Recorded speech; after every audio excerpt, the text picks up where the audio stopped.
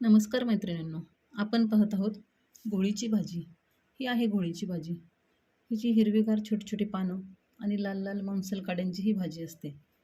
हिची पानं आणि काड्या दोन्ही पण घेतात भाजी करताना. अतिशय गुणकारी आहे आरोग्याच्या दृष्टीने आणि आहाराच्या दृष्टीने. चवीला पण खूप छान आहे. हिचे अनेक पारंपरिक प्रकार करता येतात. ही निवडताना हिची फक्त एक मुळी काढून टाकली जाते आणि त्यानंतर ही भाजी आपल्याला खाण्यासाठी तयार असते. अशी ही गुणकारी घोळीची भाजी आपण एकदा नक्की करून पहा. ही भाजी आठवड्याभर खराब होत नाही. एक आठवड्यापूर्वी ही भाजी मी आणलेली आणि फ्रीजमध्ये ठेवलेली.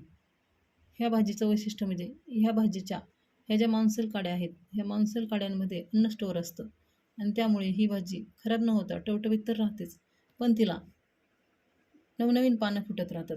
बघा, ही हिरवीगार नंतर फुटलेली पानं. अशी फ्रीजमध्येच वाढणारी ही वैशिष्ट्यपूर्ण भाजी खूप चांगली आहे. आरोग्याच्या दृष्टीने आपण एकदा नक्कीच करून आणि खाऊन बघा.